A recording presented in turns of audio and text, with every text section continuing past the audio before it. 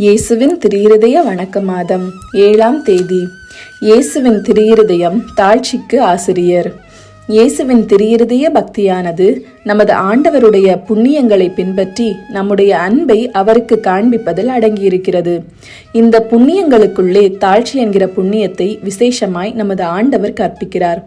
தீர்ப்பு நாளில் சோதோமுக்கு கிடைக்கும் தண்டனையை விட உனக்கு கிடைக்கும் தண்டனை கடினமாகவே இருக்கும் என நான் உங்களுக்கு சொல்கிறேன். ஆண்டவருடைய அளவில்லாத மாட்சிமையையும் நமது ஒன்றுமில்லாமையையும் நாம் அவர் பேரில் முற்றும் சார்ந்திருக்கிறோம் என்பதையும் அங்கீகரிப்பதே தாழ்ச்சிக்கு அடித்தளம். ஆத்ம சரீர விஷயங்களில் நாம் எவ்வித நன்மைகளை கொண்டிருந்தாலும் அல்லது நாம் எவ்வளவு சீரும் செல்வம் உடையவர்களாயிருந்தாலும் அவைகளெல்லாம் நமது ஆண்டவர் நமக்கு தயவாய் கொடுக்கும் கொடைகளை அன்றி வேறல்ல. இந்த நற்கொடைகளை எப்படி உபயோகித்தோம் என்று நாம் கண்டிப்பாக கணக்கு கொடுக்கபடியா இருக்கும். இவையெல்லாம் ஆண்டவரிடமிருந்து நமக்கு வருகின்றன. எல்லாம் அவருக்கே சொந்தம். நமது பாவங்கள், நமது குற்றம் குறைகள் இவைகள்தான் நம்மிடமிருந்து வருபவை. நமது கண்ணுக்கு முன்னால் எப்போதும் இருக்க வேண்டிய உண்மை இது.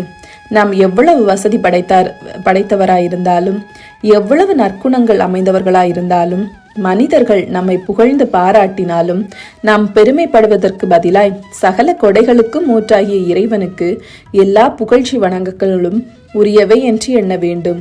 ஆதலால் மற்றவர்களை விட இறைவன் நமக்கு அதிகம் கொடுத்திருந்தால் அவருக்கு நன்றியும் வணக்கமும் செய்து நமது அயலார் மட்டில் மிகுந்த மரியாதையோடு நடந்து கொள்ள வேண்டும். தம்மை தாமே உயர்த்துகிறவர் எவரும் தாழ்த்த பெறுவர், தம்மை தாமே தாழ்த்துகிறவர் எவரும் உயர்த்த பெறுவர். தாழ்ச்சி எவ்வளவு முக்கியம் என்றால் எல்லா புண்ணியங்களுக்கும் அது அடித்தளமாய் இருக்கிறது. வேறில்லாத மரம் ஒரு சிறு காற்று அடித்ததும் கீழே விழுகிறது போல் தாழ்ச்சி இல்லாமல் மற்றெந்த புண்ணியமும் நிலைத்திருக்க மாட்டாது. தாழ்ச்சியானது விண்ணுலகில் நுழைய அவசியம் என்கிறார் புனித கிரகோரியார். ஆங்காரம் மற்றும் சுயநலம் போல் வேறெதுவும் ஆத்துமத்தை நித்திய அழிவுக்கு கொண்டு போகிறது இல்லை என்று தூய கிறிசோஸ்தோம் அருளப்பர் சொல்கிறார். தாழ்ச்சி உள்ளவர்களுக்கு தமது அருட்கொடையை அளிக்கிறார் என்கிறார் புனித யாகப்பர். தாழ்ச்சி புனிதர்களுக்கு மட்டும்தான் என்று சாதாரண கிறிஸ்தவர்களுக்கும் தேவையில்லை என்பது தவறு. ஆத்ம மீட்புக்கு எல்லா கிறிஸ்தவர்களுக்கும் தாழ்ச்சி அவசியம் என்பதை மறந்து போகக்கூடாது. தாழ்ச்சி என்கிற புண்ணியம்தான் நமக்கு இரட்சண்யம் ஆகும். இதுதான் நம்முடைய துர்க்குணங்களோடு நாம் எதிர்த்து போராடவும், நம்முடைய பாவ அக்கிரமங்களின் நிமித்தம் நாம் தண்டனைக்கும் நிந்தை அவமானங்களுக்கும் உரியவர்கள் என்பதை ஞாபகப்படுத்தவும் உதவும். இயேசு தமது வார்த்தையை விட தமது முன்மாதிரியால் தாழ்ச்சி என்கிற புண்ணியத்தை காண்பிக்கும் பொருட்டு தமது தேவ மகத்துவத்துக்கு சரியான புகழுடன் இவ்வுலகில் வந்து தோன்ற சம்மதிக்கவில்லை.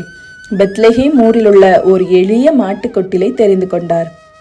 திருப்பாடுகளின் போதுதான் இயேசுவின் திருஇருதயமானது தாழ்ச்சி என்னும் புண்ணியத்தில் மிகவும் வியக்கத்தக்க முன்மாதிரியே நமக்கு காட்டுகிறது. நிந்தை அவமானங்களால் நிரப்பப்பட்டு மிக்க கேவலமான சிலுவையின் சாவுக்கு தீர்வையிடப்பட்ட திவ்ய இயேசு இந்த வேதனைகளை எல்லாம் மனப்பூர்வமாய் ஏற்றுக்கொண்டு மிகுந்த அன்போடு தமது தேவபிதாவுக்கு அவைகளை ஒப்பு கொடுத்தார்.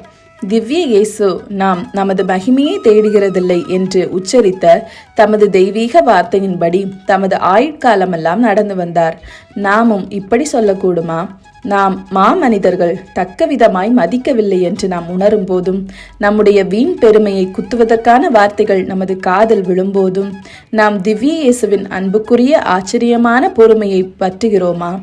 தாழ்ச்சிக்கு திவ்ய மாதிரியான இயேசுவை நாம் பின்பற்ற நமக்கு தைரியமில்லை என்று உணர்ந்தால் நாம் நமது பேரில் கொள்ளும் மோசமான எண்ணங்களை சில ஜெபங்களாக இயேசுவின் திருஇருதயத்துக்கு ஒப்பு கொடுக்கலாம். கடைசியாய் ஒரே வார்த்தையில் சொல்ல வேண்டுமானால், நமது சுய மகிமைக்காகவும் மனித புகழ்ச்சிக்காகவும் உழைக்கிறதற்கு பதிலாய் மோட்ச மகிமைக்காக உழைப்போமாக. இயேசுவின் திருஇருதய பக்தி நாளுக்கு நாள் வளர்ச்சி அடைகிறதையும் அத்தகு இருதயத்துக்கு புகழ்ச்சியாக புது தேவாலயங்கள் கட்டப்படுகிறதையும் நாம் பார்க்கும்போது நமக்கு இது மிகுந்த சந்தோஷம் வருவிக்க வேண்டும். தென்னிந்தியாவில் ஓர் அழகான பெரிய தேவாலயம் இந்தியாவின் மீட்புக்காக மன்றாடும் இயேசுவின் திருஇருதயத்துக்கு புகழ்ச்சியாக கட்டப்பட்டு புனிதப்படுத்தப்பட்டது. மிக்க விலையுயர்ந்த இயேசுவின் திருஇருதய சுரூபத்தை ஆபரணமாக கொண்டிருக்கிற இந்த ஆலயமானது நகரின் தலைவாசலில் ஒரு அழகிய குன்றின் மேல் நிற்கிறது. வானளாவிய இந்த உயர்ந்த சிம்மாசனத்தின் மீது வீற்றிருக்கும் இயேசுவின் திருஇருதயமானது தமது தெய்வீக கொடையை சுற்று வட்டாரத்தில் உள்ள கிராமங்கள் மீதும் இன்னும் தென்னிந்தியாவின் மற்றெல்லா மாநிலங்களின் மீதும் பொழிந்து வருகிறது. இயேசுவின் திருஇருதய பக்தர்களும் மரியன்னையின் மக்களாகிய பல திரு யாத்திரைக்காரர்களும் இந்த புனிதப்படுத்தப்பட்ட இடத்தை அடிக்கடி சந்திக்க வருகிறார்கள்.